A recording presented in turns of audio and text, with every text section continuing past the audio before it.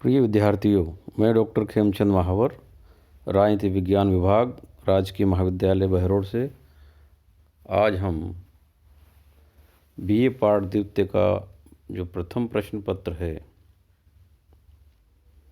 प्रमुख राज्य व्यवस्थाएं, उसका प्रथम अध्याय हम शुरू करते हैं। इस प्रथम अध्याय में मुख्य रूप से इंग्लैंड का संविधान और इंग्लैंड के संविधान का विकास, इसके बारे में हम चर्चा करेंगे। जैसा कि आप जानते हैं कि इंग्लैंड का जो संविधान है वो बहुत महत्वपूर्ण संविधान है।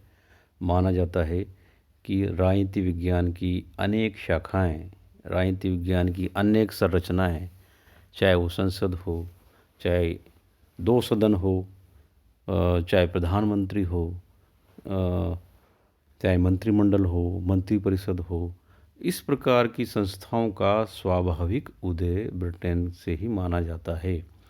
ब्रिटेन के संविधान को संयोग और विवेक का शिशु माना जाता है। यानी कि जो ब्रिटेन का संविधान है वो किसी संविधान सभा ने नहीं बनाया है, वो लिखित और निर्मित नहीं है, बल्कि वो स्वाभाविक रूप से बना हुआ है। ब्रिटेन का पूरा संविधान जो है अभिसमयों पर और मान्यताओं पर आधारित है। जैसे जैसे समय के साथ परिस्थितिवश जैसी स्थिति बनती गई, उसी प्रकार से संस्थाओं का उदय होता गया और उन्हीं के कारण अनेक संस्थाएं अस्तित्व में आती गई और वो संस्थाएं धीरे धीरे जो है विश्वव्यापी होती गई। ब्रिटेन की संसद को विश्व की संसदों की जननी भी कहा जाता है। जैसे कि सब सर्वविदित है कि ब्रिटेन के लोग जो हैं बहुत विवेकशील माने जाते हैं, जिन्होंने विश्व के अनेक राज्यों पर, प्रांतों पर अपना शासन स्थापित किया था। भारत भी उसमें से एक था। भारत ने भी लगभग 200 वर्षों तक ब्रिटिश हुकूमत की प्रतंत्रता झेली थी। हम भी उसी के उपनिवेश थे। तो ब्रिटेन में ऐसा क्या है, उसका संविधान का विकास कैसे हुआ है, ब्रिटेन की संसद कैसे बनी है, हालांकि तो इस प्रकार से ब्रिटेन का संविधान जानना बहुत आवश्यक है और बहुत रोचक भी है। इससे पूर्व कि हम ब्रिटेन के संविधान के विकास की बात करें तो हम कुछ शब्दावलियां हैं, उन शब्दावलियों पर भी चर्चा कर लें, क्योंकि आधुनिक काल में यदि आप इंग्लैंड जाते हैं तो वहाँ अनेक शब्दावलियों से आपका सामना होता है। और ये जीके का प्रश्न भी है, कई बार RSIS में भी पूछ लिया जाता है कि Britain, great Britain, England, United kingdom में अंतर क्या है या एक ही चीज़ है। तो देखिए, इनमें थोड़ा सा भौगोलिक अंतर है। सबसे पहले हम इंग्लैंड को लेते हैं, है ना। तो इंग्लैंड जो है इस ग्रेट ब्रिटेन का एक बहुत बड़ा प्रांत है, जिसकी राजधानी लंदन है। तो एक सबसे विशाल, सबसे बड़ा प्रांत प्रदेश है यूनाइटेड किंगडम का। दूसरा, ब्रिटेन जो है, ब्रिटेन का अर्थ है कि यदि हम इंग्लैंड में जो उसके उत्तर दिशा में वेल्स है उसको जोड़ दो तो ब्रिटेन बन जाता है। यानी कि ब्रिटेन का मतलब इंग्लैंड और वेल्स।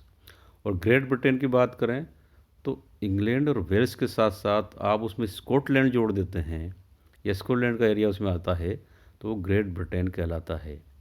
किंतु और इसके अतिरिक्त भी जब हम यूनाइटेड किंगडम की बात करते हैं तो यूनाइटेड किंगडम क्या है? यूनाइटेड किंगडम और भी विशाल भौगोलिक स्वरूप उसको प्रदान करता है। यूनाइटेड किंगडम का मतलब है England plus Wales plus Scotland और प्लस उत्तरी आयरलैंड। तो उत्तरी आयरलैंड का हिस्सा और इसमें जोड़ दें तो ये यूनाइटेड किंगडम के रूप में परिणत हो जाता है। तो विद्यार्थियों को ज्योग्राफिकल या टर्मिनोलॉजी के हिसाब से ये बात ध्यान में रखनी है। अब हम आते हैं वापस ग्रेट ब्रिटेन जो है। तो माना जाता है ग्रेट ब्रिटेन एक द्वीप समूह है जिसकी अवस्थिति 50 डिग्री उत्तरी अक्षांश और 60 डिग्री उत्तरी अक्षांश के मध्य है।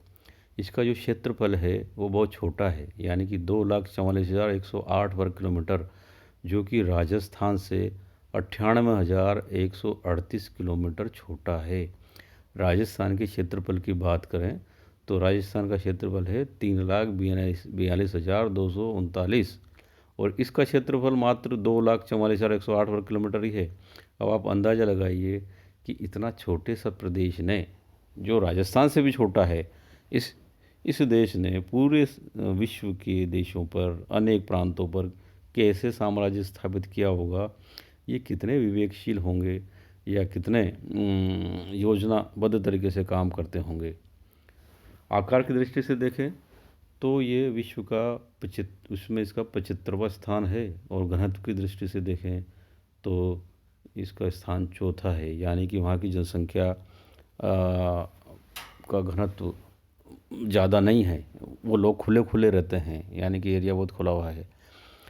इसी प्रकार में बात करें तो आज उसकी जनसंख्या क्या होगी, तो आज की तारीख में 2020 में यदि बात करें तो इंग्लैंड की जनसंख्या 6,78,86,011 है। तो इस प्रकार से ये इसका भौगोलिक स्वरूप भी है। इसके बाद हम बात करें कि इंग्लैंड का संविधान जो है वो इतना महत्वपूर्ण क्यों है और क्या अचीवमेंट है। माना जाता है कि जो औद्योगिक क्रांति थी सबसे पहले ब्रिटेन में ही हुई थी। ब्रिटेन का शासन विधान का जो है, पहले बताया मैंने कि क्रमिक विकास का परिणाम है।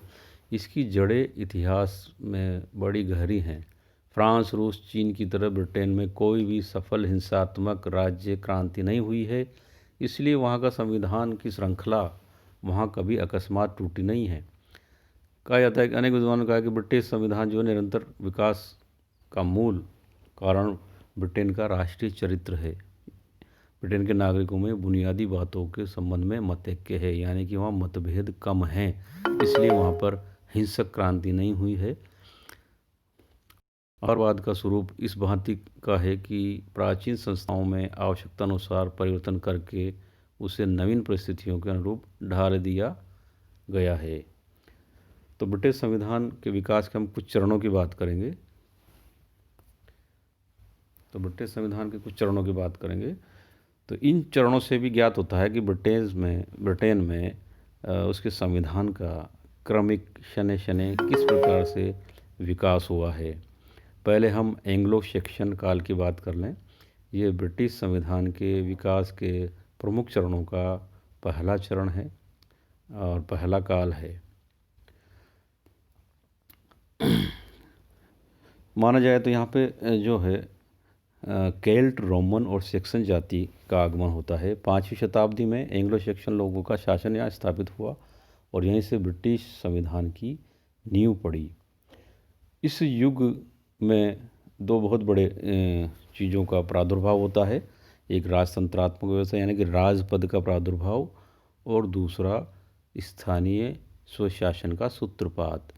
ये इस युग की बहुत बड़ी देन है। यदि विद्यार्थियों से पूछ लिया जाए कि एंग्लो सेक्शन काल की प्रमुख विशेषता क्या है, तो राजपद का उदय, स्थानीय संस्थाओं का उदय। देखिए राजपद का उदय किस प्रकार से होता है। प्रारंभ में एंग्लो सेक्शन जाति के विभिन्न दलों ने अलग अलग राज्यों की स्थापना की। बाद में वेसेक्स के राजघराने की सर्वोच्चता स्थापित हो गई। यहाँ का राजा अल्फ्रेड 1851 से लेकर नॉर्मन विजय 1066 तक पूरे इंग्लैंड पर इसका शासन था। इन दिनों वंशानुगत राजतंत्र की व्यवस्था नहीं थी। राजा के चयन के लिए भी उस समय जो है एक संस्था थी जिसका नाम था विटनेज मोट, अर्थात बुद्धिमानों की सभा। ये विटनेज मोट नाम की संस्था ही उस समय अधिकतर निर्णय लिया करती थी। राजा सभा की बैठकों का सभापति होता था और इस सभा के पास काफ़ी शक्तियां थी। राजा को गद्दी से उतार सकती थी, नया राजा चुन सकती थी, शासन प्रबंध में उसका पूरा अधिकार था। राजा के साथ वह कानून बनाती थी, कर लगाती थी, दीवानी फौजदारी मामलों में उच्च न्यायालयों में कार्य भी करती थी। तो इस प्रकार से विटनेज मोड नाम की संस्था थी, वो राज्य के राजनीतिक, आर्थिक और सभी प्रकार के कार्यों में उसका हस्तक्षेप था। यानी कि राजा जो है वो निरंकुश नहीं था, किंतु वो इस संस्था के माध्यम से वो प्रतिष्ठित जरूर था, ऐसे राजपद का आविर्भाव इस काल में हो चुका था। इसकी दूसरी जो बड़ी विशेषता कहें हम इस काल की, या इस काल को समझने के लिए, तो वह स्थानीय सुशासन का सूत्रपात। देखिए, लोकल सेल्फ गवर्नमेंट किसे कहते हैं? यदि भारत के संबंध में देखें तो ग्राम पंचायत है, नगर पालिका है, नगर निगम है, राज्य सरकारें हैं, और अलग अलग तरह से विकास के दृष्टिकोण से अलग अलग भाग कर दिए जाते हैं, तो वो स्थानीय सुशासन कहलाती है। उसी प्रकार की स्थानीय सुशासन की जो थीम है वो 1871 से 1066 के बीच ही इंग्लैंड में उसका सूत्रपात हो चुका था। तो इंग्लैंड में शायर 100 ये नाम है। जैसे भारत में गांव और शहर होता है, उसी प्रकार से वहाँ काउंटी, शायर, 100 इस प्रकार की शब्दावलियाँ हैं। 100 जो है वो गांव और शहरों में विभक्त थे, और इन गांव शहरों में जो है स्थानीय सभा हुआ करती थी। जैसे शायर मतलब कोई शहर, बड़ा शहर, शहर में शायर मूट होती थी, और शायर मूट के माध्यम से लोग एकत्रित होकर परस्पर निर्णय लिया करते थे। तो इस प्रकार से स्थानीय सुशासन की जो प्रारंभ था वो इंग्लैंड में बहुत पहले हो गया था। दूसरा काल इसमें नॉर्मन काल था, जो बहुत ही महत्वपूर्ण काल है। जब 1066 में नॉर्मन देश के विलियम ऑफ नॉर्मंडी ने ब्रिटेन पर विजय प्राप्त कर नॉर्मन राज्य की स्थापना की और एंग्लो सेक्शन की स्थानीय स्थापना कर ली, और उन्होंने एंग्लो सेक्शन काल की जो स्थानीय संस्थाएं थी उनको समाप्त नहीं किया, बल्कि उनको परिवर्तित कर दिया। और नॉर्मन काल में जो यूँ कहें कि क्या विशेषता सबसे बड़ी थी, या विद्यार्थियों से पूछा जाए कि दो सबसे बड़ी विशेषताएं बताइए, तो इसकी सबसे बड़ी विशेषता थी कि जो विटनेच मोड नाम की संस्था थी एंग्लो सेक्शन काल में, वो नॉर्मन काल में होकर वो दो रूप में परिणित हो गई, दो भागों में बढ़ गई, यानी कि उसको दो रूप में बना दिया। एक तो मैग्नम कंसिलियम हो गई, दूसरा क्यूरिया रेजिस हो गई। मैग्नम कंसिलियम में जो है वहाँ के जो वर्ग या समुदाय कह लो, जो बैरन है वो राज्य के उच्च अधिकारी, धनिक वर्ग, आर्च बिशप, अबोट आदि उसके अंतर्गत आ गए थे, और जो सामान्य लोग थे वो लघु परिषद एक बनाया गया जिसको क्यूरिया रेजिस कहा जाता है। तो इस प्रकार से ये दो संस्थाओं का उदय हुआ। इसी काल में हेनरी द्वितीय जो शासक था वो बहुत ही कुशल शासक था, किंतु उसके उत्तराधिकारी जो थे वो कुशलतापूर्वक शासन नहीं कर पा रहे थे, और वो अपनी मनमानी से शासन करते थे। इसलिए वहाँ की संस्था में और राजाओं के बीच एक गृह युद्ध की स्थिति सी आ गई। जनता ने मांग रखी कि जनता ने अपने मांगे मनवाने के लिए एक अधिकार पत्र प्रस्तुत किया। उन्होंने राजा से आग्रह किया, राजा विवश होकर उन मांगों को मानता है, और 1215 में एक मैग्ना कार्टा नामक जो महान अधिकार पत्र कहलाता है वो अस्तित्व में आता है। इस मैग्ना कार्टा की विशेषता क्या है, या मैग्ना कार्टा क्या है? इसके द्वारा यह निश्चित हो जाता है कि महान परिषद की आज्ञा के बिना, क्यूरिया रेजिस या मैग्नम कॉन्सिलियम की आज्ञा के बिना किसी भी प्रकार के कर नहीं लगाया जा सकता। इस अधिकार पत्र से मर्यादित राजतंत्र और वैधानिक शासन की नींव पड़ी। अब देखिए आगे क्या होता है। आगे जो जो दो संस्थाएं स्थिति में आई है, मैग्नम कॉन्सिलियम और क्यूरिया रेजिस, ये दो संस्थाओं से ही इंग्लैंड की संसद का विकास होता है। कैसे होता है देखिए, कि मैग्नम कॉन्सिलियम को ब्रिटिश संसद का प्रारंभिक रूप कहा जाता है। 1295 में एडवर्ड प्रथम ने युद्ध संचालन के लिए या धन जुटाने के लिए एक मॉडल पार्लियामेंट बुलाई गई थी, जिसमें 572 लोग थे। यानी कि धन एकत्रित करने के लिए उन्होंने एक सभा बुलाई, जिसको मॉडल पार्लियामेंट नाम से जाना जाता है। ये जीके का बहुत बड़ा क्वेश्चन है कि मॉडल पार्लियामेंट क्या है। ये एडवर्ड प्रथम ने बुलाई थी 1295 में, और इसमें 572 सदस्य थे, जो कि युद्ध संचालन में कर एकत्रित करने के लिए बनाई गई थी। अब देखिए इस सभा में क्या होता है, इसमें जो वहाँ के समुदाय है, बेरन, क्लर्जी, नाइट, आम नागरिक, ये सभी एकत्रित होते हैं और विचार विमर्श के दौरान स्वाभाविक रूप से ही जिनके जैसे विचार मिलते हैं या जो जिस वर्ग से संबंधित है वो वैसे जुड़ जाता है। अब इसमें दो वर्गों में विभाजित हो गया। इसमें बेरन, क्लर्जी, नाइट।